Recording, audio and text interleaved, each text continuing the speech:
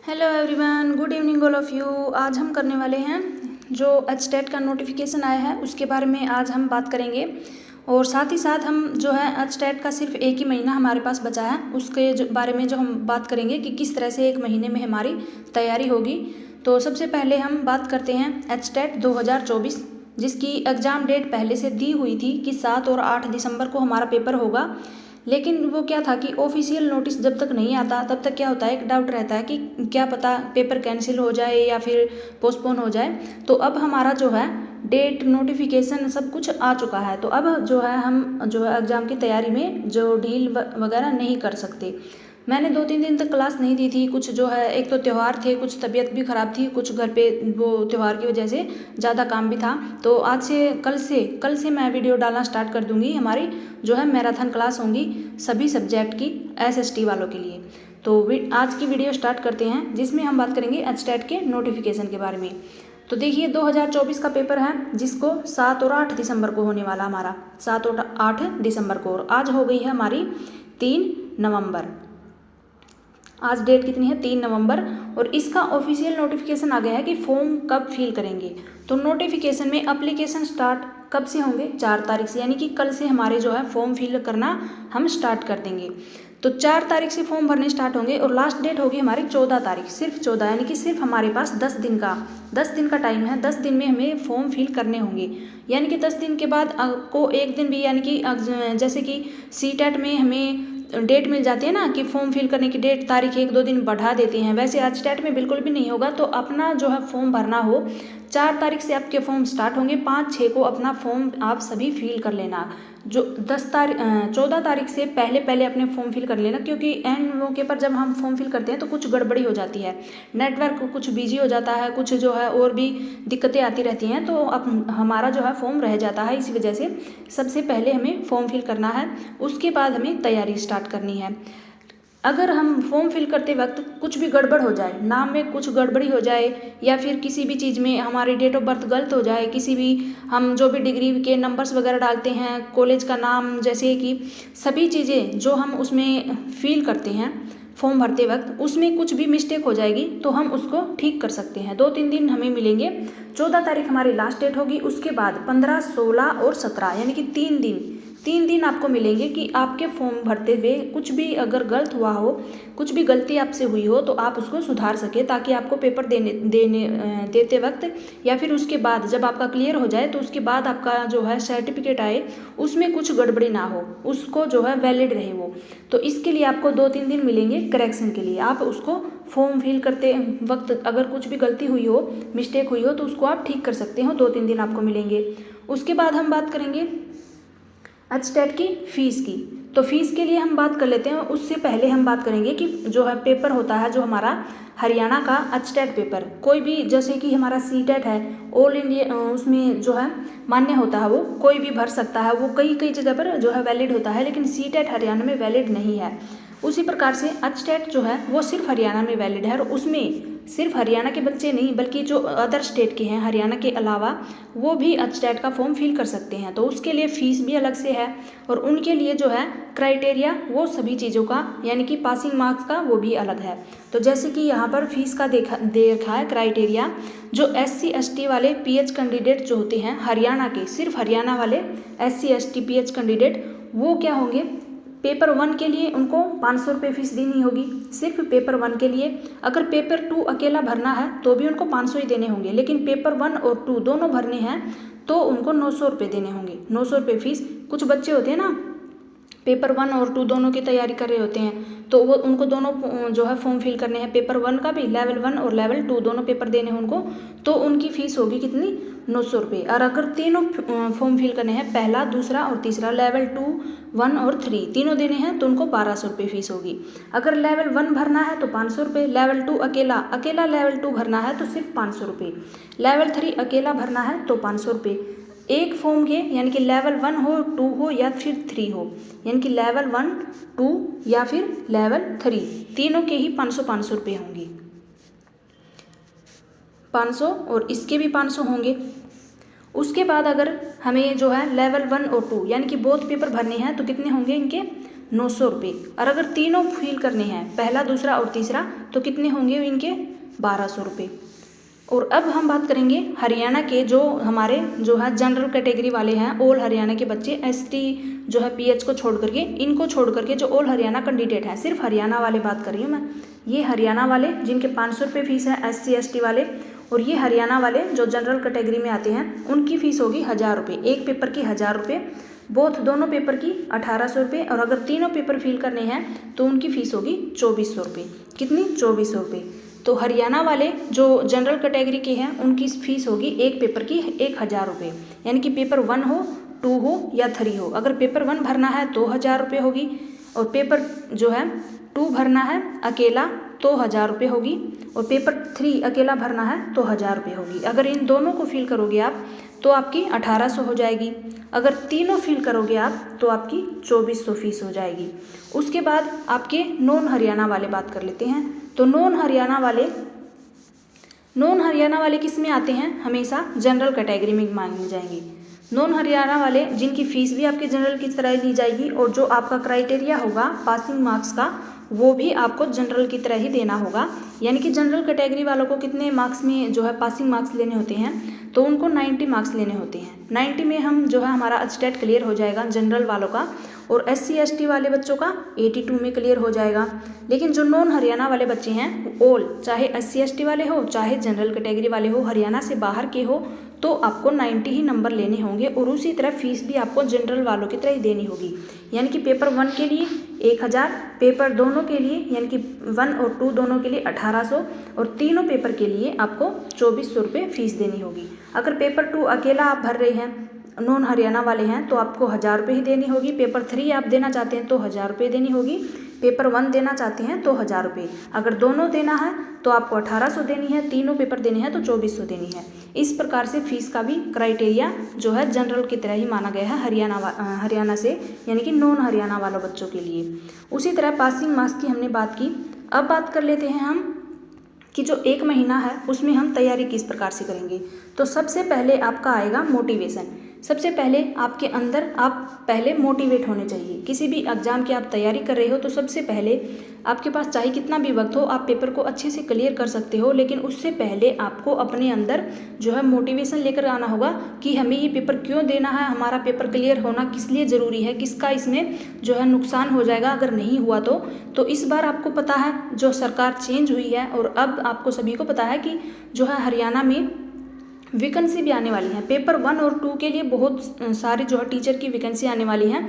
उनके लिए अगर उनमें आप अपना, क्योंकि सभी को पता है हरियाणा से बाहर भी अटस्टेट जो है बच्चे दे रहे हैं, फिर वो भी यहाँ आकर के हरियाणा में जो वैकेंसी आएंगी उनका क्लियर होगा तो वो यहाँ पर जो है पेपर देंगे, वैकेंसी आएंगी तो आपका जो है कंपटीशन और ज़्यादा बढ़ जाएगा। सिर्फ हरियाणा के बाहर वाले बच्चे भी देंगे पेपर, हरियाणा वाले भी देंगे, तो कंपटीशन ज़्यादा है, इसलिए मेहनत भी थोड़ी ज़्यादा करनी होगी। तो आपका जो है क्या होगा, सबसे पहले आपको मोटिवेट होना पड़ेगा कि हमारे लिए पेपर देना क्यों ज़रूरी है। पीछे की लाइफ देख लो कि बिना पेपर के, बिना कामयाबी के आप किस प्रकार से जी रहे हो, क्या क्या परेशानियां झेल रहे हो। तो अंदर से आप अगर मोटिवेट होगे तो आपका पेपर अच्छे से जो आपकी तैयारी हो जाएगी, आसानी से पेपर निकाल लोगे। किसी भी वीडियो को देखकर या फिर कोई भी कहानी सुन करके मोटिवेशन लाना ये थोड़ी देर के लिए होता है, 1 आध घंटे के लिए आप मोटिवेट रह सकते हो, लेकिन बार बार कहानी सुनने में आप टाइम वेस्ट नहीं कर सकते। मोटिवेट होना है तो अपने अंदर से जो है फीलिंग लेकर के आओ कि आपको मोटिवेट होकर के किस तरह से, कौन सा मोटिवेशन चाहिए, किस प्रकार से आप जो है पेपर क्लियर कर सकते हो, आपके लिए क्या ज़रूरी है। तो सबसे पहला हमारा मोटिवेशन होगा, हमारा कॉन्फिडेंस होगा हमारा कि हमें पेपर के लिए क्या क्या करना है। फिर आपका होगा कॉन्सेप्ट। सबसे पहले जो बच्चे जिनका कॉन्सेप्ट क्लियर है, यानी कि जो कुछ बच्चे 3 प्रकार के बच्चे होते हैं। एक तो वो होते हैं जो कि पहले से ही तैयारी कर रहे हैं, जिनका कॉन्सेप्ट क्लियर है, अब जो पेपर की डेट आ गई उनको फिक्र ही नहीं है कि पेपर आने वाला है, क्योंकि उन्होंने अच्छे से पहले से तैयारी कर रखी है। अब वो सिर्फ प्रैक्टिस कर रहे हैं, मॉक टेस्ट लगा रहे हैं, 1 लाइनर पढ़ रहे हैं, वीडियो मैराथन देख रहे हैं। इस प्रकार से वो सिर्फ अपनी प्रैक्टिस कर रहे हैं, अपने जो है पेपर की अच्छे से तैयारी उनकी हो चुकी है, कॉन्सेप्ट उनका क्लियर है। कुछ बच्चे होते हैं जो कि एग्ज़ाम, अभी जो वीडियो देखेंगे कि वो फॉर्म फिल होने स्टार्ट हो गए हैं, फॉर्म फिल हो गए हैं और जो है एग्ज़ाम की डेट भी आ गई है, तो अब हम तैयारी करना स्टार्ट कर देंगे। तो कुछ बच्चे वो होते हैं, तो उनके लिए सबसे ज़रूरी है कि कॉन्सेप्ट क्लियर करें। जिनका कॉन्सेप्ट पहले से क्लियर है, सारी चीज़ें आपकी हिस्ट्री, पॉलिटिकल, ज्योग्राफी, एसएसटी वालों के लिए इकोनॉमिक्स और बाकी के जो हमारे जो है बेसिक जो सब्जेक्ट हैं, हमारी सबसे जो है महान रामबाण हमारा है सीडीपी और पेडागोजी, जो कि अच्छे से हमें नंबर दिलाएंगी। ये क्या है, क्लियर करने के लिए एक रामबाण है, क्योंकि पेडागोजी हर सब्जेक्ट में आती है, हिंदी हो इंग्लिश हो उनमें भी पेडागोजी आएगी। पिछली बार उन्होंने सब्जेक्ट में पेडागोजी डाल दी थी, जो सिलेबस आया था उसमें, लेकिन जो है एग्जाम में वो पेडागोजी नहीं दी थी, सिर्फ उसमें जो है आपकी ग्रामर पूछ ली थी, हिंदी और इंग्लिश दोनों की, पेडागोजी नहीं दी थी। इस वजह से कितना कुछ उन्होंने झेलना पड़ा था कि बच्चे सड़क पे उतर गए थे, किसी ने धरना प्रदर्शन कर दिया कि पेडागोजी दी थी सिलेबस में और एग्जाम में नहीं पूछी, हम तो पेडागोजी पढ़ करके चले गए। तो इस बार सर वो क्या चाहते हैं, जो पेपर बनाने वाले हैं वो क्या सोच रहे हैं कि इस बार भी जो है बच्चे इस प्रकार से ना करें, ये परेशानियां ना आए, इसलिए चाहे वो एक क्वेश्चन डाले, चाहे 2 डाले, चाहे 4 डाले, आपके पेडागोजी के क्वेश्चन जरूर आएंगे। हिंदी और इंग्लिश में तो आपको पेडागोजी और व्याकरण दोनों करनी पड़ेंगी, तो इसलिए आपको जो है अच्छे से तैयारी करके जाना है। मोटिवेशन आपके लिए सबसे ज़्यादा ज़रूरी है। फिर आपका कॉन्सेप्ट क्लियर होना चाहिए। आपके 10-20 दिन में आप कॉन्सेप्ट क्लियर कर लो, किसी को 15 दिन लग जाएंगे, किसी को 20 दिन लग जाएंगे, बाकी के 10 दिन आपके पास बचेंगे। तो उन 10 दिनों में आप प्रैक्टिस करिए, जो भी आपने अब तक जितना भी पढ़ा है, उनको ये नहीं है कि 10 दिन है, हम मेरा ये जो है ये वाला चैप्टर रह गया, ये वाला रह गई, ये वाले जो बातें होंगी एग्जाम के टाइम पे वो काम नहीं आएंगी। सबसे पहले आपने जितना भी कॉन्सेप्ट है क्लियर कर लो 20 दिन में। आपके पास 30 दिन है ना, तो 20 दिन में अपना कॉन्सेप्ट क्लियर करो। बाकी के बचे जो 10 दिन है उसमें आपने जितना भी पहले पढ़ा हो, चाहे इन 20 दिनों में पढ़ा हो अपना कॉन्सेप्ट क्लियर करने के लिए, उन 10 दिनों में आपको यही चीज़ें बार बार रिपीट करनी है, बार बार प्रैक्टिस करनी है। चाहे आप किसी भी जो है चैनल को सब्सक्राइब करके वन लाइनर नोट्स पढ़ो, मॉक टेस्ट लगाओ, कहीं से भी आप जो है मैराथन क्लास डाली हुई हैं शॉर्टकट में, उनको देखो। मैराथन में क्या होता है, सारी चीज़ें जो हैं डिटेल में तो नहीं होती हैं, लेकिन सारी चीज़ें कवर हो जाती हैं उसमें। तो मैराथन इसलिए ज़रूरी है क्योंकि उसमें रिवीजन हो जाता है। तो इस तरह से आप अपनी तैयारी कर सकते हैं। सबसे पहले मोटिवेशन होना चाहिए, कॉन्सेप्ट होना चाहिए, और फिर अपनी प्रैक्टिस। ये तीन चीज़ें आप करोगे, आपका अच्छे से एचटेट निकल जाएगा। इतना भी जो है मुश्किल नहीं है जितना आप लोग इसको लेकर चल रहे हो कि अरे बाप रे इतना मुश्किल है एचटेट। तो आप अच्छे से इसकी तैयारी करो, और उसके साथ ही आप क्या करो, मोटिवेट रहना सबसे ज़्यादा ज़रूरी है। अपने अंदर कॉन्फिडेंस लेकर के आओ। ये सोच लो कि बार बार जब भी आपको नींद आए, कुछ भी गड़बड़ हो कि अब नहीं पढ़ सकती, मैं कल पढ़ूंगी या कल पढ़ूंगा, तो अपने अंदर ये सोचो कि अगर इस बार एचटेट नहीं हुआ और वैकेंसी आ गई, तो उसके बाद वैकेंसी कितने दिनों के बाद आएगी। जो जेबीटी की वैकेंसी है वो 10 साल में आई थी, अभी जो जेबीटी का पेपर हुआ है 10 साल में ये वैकेंसी आई है। तो सोचो 10 साल किसने वेट किया है। लड़कियों को तो इतना टाइम बिल्कुल नहीं देते। लड़के जो होते हैं वो कहीं प्राइवेट जॉब करने लग जाते हैं किसी काम में, फिर उनका पढ़ने का मन नहीं होता। वैकेंसी आती है तो 10-10 साल, 8-8 साल, इतने साल तक वैकेंसी नहीं आती हैं। तो जब आपको पता है कि वैकेंसी आने वाली है तो आपको अच्छे से तैयारी करनी होगी, क्योंकि वैकेंसी निकलने के बाद आप जो है अगला एचटेट क्लियर करो या ना करो कोई फ़ायदा नहीं है, वो जो वैसे ही पड़ा रहने वाला है। क्योंकि उतने टाइम तक लड़कियों को तो बिल्कुल भी टाइम नहीं देंगे, शादी करवा देंगे। शादी जिनकी हो गई है उनको घर संभालने के लिए बोलेंगे कि अब तो वैकेंसी नहीं आ रही है, आप ये कर लो वो कर लो। तो इस प्रकार से अपना टाइम वेस्ट ना करें, जल्दी से जल्दी अपनी तैयारी करें। कल से जो है मैं मैराथन क्लास लाने की पूरी कोशिश करूँगी, सभी सब्जेक्ट की, हिस्ट्री, पॉलिटिकल, ज्योग्राफी और इकोनॉमिक्स जो हमारे, और जो मैंने पहले से वीडियो बनाकर डाली हुई हैं उसमें काफ़ी आपका कॉन्सेप्ट क्लियर हो जाएगा। बहुत सारी वीडियो मैंने प्लेलिस्ट में डाली हुई हैं, पहले अपनी वो वीडियो देख लो जिन्होंने भी नहीं देखी है। जो भी नए बच्चे जुड़ते हैं, जिन्होंने भी वो वीडियो देख ली हैं वो कल तक का वेट कर ले। कल मैं वीडियो आपके लिए ज़रूर लेकर के आऊँगी। 2-3 दिन मैंने वीडियो नहीं डाली, उनके लिए आई एम सो सॉरी, क्योंकि मुझे बहुत सारे काम हो गए थे और मेरी तबीयत भी ख़राब हो गई थी, बीच में त्यौहार भी आ गए थे, इस वजह से मैं वीडियो नहीं डाल पाई थी। तो कल से मैं वीडियो डालना स्टार्ट करूँगी। जो आपकी 2-3 दिन की क्लास नहीं हुई है उनकी पूर्ति मैं इन्हीं क्लासों में कर दूँगी। हिस्ट्री, पॉलिटिकल, ज्योग्राफी और अपनी इकोनॉमिक्स, सभी सब्जेक्ट की सभी की मिला करके मैं मैराथन लेकर के आऊँगी। वन लाइनर जो नोट्स हैं वो मेरे पास हैं 6 to 12 के सभी सब्जेक्ट के हैं, तो सभी के जो है मैं नोट्स लेकर के आऊँगी। आप उसको बार बार रिवाइज करिए, आपका कॉन्सेप्ट भी क्लियर करिए। पीछे की जो चीज़ें हैं वो मैंने 6 to 8 की पूरी एनसीईआरटी कंप्लीट बुक्स में से मैंने पढ़ा रखी हैं। 6 to 8 के बहुत से क्वेश्चन आते हैं, तो ये हल्के में मत लेना कि 6 to 8 की एनसीईआरटी नहीं आती है। और बाकी की 9th और 10th क्लास की भी मैंने एनसीईआरटी कंप्लीट करवा रखी है, नोट्स भी बना रखे हैं। उनमें से बुक्स में से छाट के जो इंपॉर्टेंट क्वेश्चन हैं उनके नोट्स भी बना रखे हैं। और जो मैंने है बुक भी पढ़ा रखी है, हिस्ट्री और ज्योग्राफी की 9th क्लास की बुक भी मैंने कंप्लीट करवा रखी है, तो वो भी आप वीडियो देख लें। जो भी प्लेलिस्ट है, जिसमें सभी प्लेलिस्ट अलग से बना रखी है मैंने, बुक वाली अलग से है, नोट्स की अलग से है, तो सारी वीडियो आप देख लें। और जो मैं वन वन लाइनर लेकर के आऊँगी, काफ़ी अच्छे होंगे आपके लिए, काफ़ी जो है हेल्पफुल होंगे। तो मिलते हैं कल नेक्स्ट वीडियो में, तब तक के लिए गुड लक आप सभी को। और अच्छे से अपनी तैयारी करना, मोटिवेशन और जो अपना कॉन्फिडेंस है वो हमेशा बना करके रखना। आपके एग्जाम के लिए सबसे ज़्यादा ज़रूरी होगा पेडागोजी, आपके लिए सबसे ज़्यादा ज़रूरी है। सिर्फ अपना जो है सब्जेक्ट के ऊपर दिमाग खपाने से कुछ नहीं होगा। मैं ये नहीं बोलूँगी कि मैं सब्जेक्ट पढ़ा रही हूँ तो सभी मेरी वीडियो देखो, इसलिए ऐसे ये नहीं बोलूँगी मैं। सबसे ज़रूरी होती है हमारी जिसमें सबसे ज़्यादा आपको मार्क्स मिले और जो सबसे ज़्यादा आपको ईजी लगे। तो सभी को पता है कि क्या आता है एग्ज़ाम में। हमारी जो है सबसे पहले आती है, इस पर भी बात कर ही लेते हैं, CDP आती है। CDP हमारी 30 नंबर की आती है, इसमें पेडागोजी होती है। तो ये हमारी पेडागोजी है, 30 नंबर की हो गई। इसमें हिंदी और हमारी इंग्लिश, हिंदी और इंग्लिश दोनों 30 नंबर के आते हैं, यानी कि 15 नंबर की हिंदी आएगी और 15 की इंग्लिश आएगी। जिसमें से अब की बार, पिछली बार तो सिर्फ ग्रामर आई थी, अब से लेकर के 2011 से लेकर के 2023 तक जितने भी पेपर हुए हैं, कभी भी जो है इन्होंने सिलेबस नहीं दिया था एचटेट ने। और जो अब 23 में क्या दिया, जो है सिलेबस डाला था उन्होंने 23 में, तो वो क्या है सिलेबस उन्होंने एग्जाम में नहीं दिया था। उस वजह से कुछ जो है बच्चों ने धरना प्रदर्शन भी किए थे। तो अब की बार वो इस प्रकार से जो एग्जामिनर है वो इस प्रकार की गड़बड़ी नहीं करेगा। उनको पता है कि पिछली बार नहीं दिया था सिलेबस दे करके, जो है एग्जाम में वो सिलेबस नहीं दिया, तो जो है बच्चे कितनी जो है दुखी हुए थे, कितनी जो है वहाँ पर उनको दिक्कतें झेलनी पड़ी थी। तो इस बार वो नहीं करेंगे। चाहे तो हिंदी में इंग्लिश में दोनों में ही 4-4 क्वेश्चन डाले, 3-3 डाले, 5-5 डाले, जितने भी डाले, पेडागोजी के क्वेश्चन भी आएंगे। तो पेडागोजी आपकी ज़्यादा मुश्किल नहीं है, हिंदी और इंग्लिश की सेम पेडागोजी है, सिर्फ लैंग्वेज का फ़र्क है। हिंदी में भी वही है, इंग्लिश में भी वही है, सिर्फ जो है भाषा का फ़र्क है। हिंदी में आएगी वो हिंदी में होगी, जो इंग्लिश की पेडागोजी वो होगी वो उनकी लैंग्वेज इंग्लिश में होगी। तो आपको पेडागोजी अच्छे से करनी है। फिर आपकी जो होगी ग्रामर आपको पता है, आपको एक पैराग्राफ दे देगा, उसमें से आपके जो क्वेश्चन होंगे वहीं से जो आपकी व्याकरण हो जाएगी, उसी पैराग्राफ से आपको क्वेश्चन छांटने हैं और उन्हीं में से आपको जो है ग्रामर के क्वेश्चन दे देगा। तो 15 में से इस प्रकार से आपके 3-4 क्वेश्चन ग्रामर के दे देगा, 3-4 क्वेश्चन, 4-5 क्वेश्चन आपके जो है पैराग्राफ में से छांटने के लिए दे देगा और 4-5 क्वेश्चन जो आपके पेडागोजी के। इस प्रकार से वो 15-15 नंबर हिंदी और इंग्लिश के पूरे कर देगा। तो आपको पेडागोजी पढ़नी है, व्याकरण भी पढ़नी है और जो अपना प्रैक्टिस है वो जो है ज़रूर करनी है आपको। उसके बाद आपकी आती है जो हमारी मैथ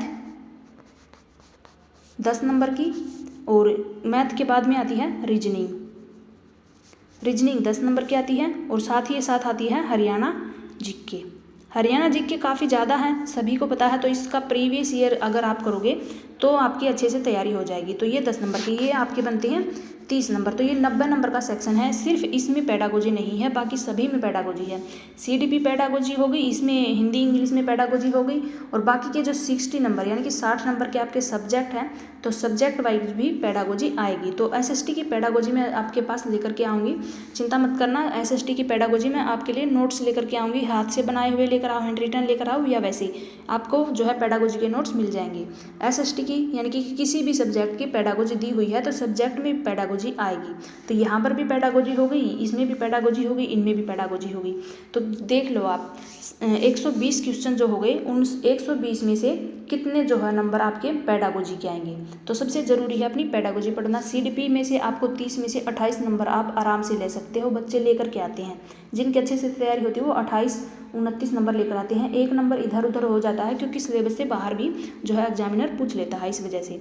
अब तक जो है कभी सिलेबस नहीं दिया था, फिर भी बच्चे इतने लेकर के आते थे जो है एग्जाम में CDP में। अब तो फिलहाल सिलेबस भी दे दिया है, तो सिलेबस देने के बाद तो बच्चे जो है कम पीछे रहेंगे ही नहीं, 28-29 नंबर CDP में ज़रूर लेकर के आएंगे। तो आप भी कोशिश करना कि इतने नंबर लेकर के आएँ, ताकि जो है आपकी सिलेबस में अगर आपकी कम तैयारी हो, क्योंकि यहाँ का सिलेबस जो होता है वो थोड़ा ज़्यादा होता है सब्जेक्ट का, इस वजह से, तो उसकी यहाँ पर पूर्ति हो सके। तो मिलते हैं कल नेक्स्ट वीडियो में। जो भी ज़रूरी चीज़ें थी मैंने इस वीडियो में बता दी हैं, कल से हम अपनी क्लास स्टार्ट करवा देंगे। और जो भी आपको डाउट हो आप कमेंट कर देना, और कमेंट का जवाब मैं ज़रूर दे दूँगी। अभी तक मैंने जो है कुछ भी चीज़ें जो मैं क्लास नहीं ले पाई थी, कोई कमेंट नहीं ले पाई थी, उन सभी को कंप्लीट करने की कोशिश करूँगी। मिलते हैं नेक्स्ट वीडियो में। Thank you so much. Video अच्छी लगे तो लाइक ज़रूर कर देना, ज़्यादा से ज़्यादा वीडियो को शेयर करना, और कुछ भी जो आपको कमी दिखे तो कमेंट करके ज़रूर बता देना। Thank you so much. Bye bye.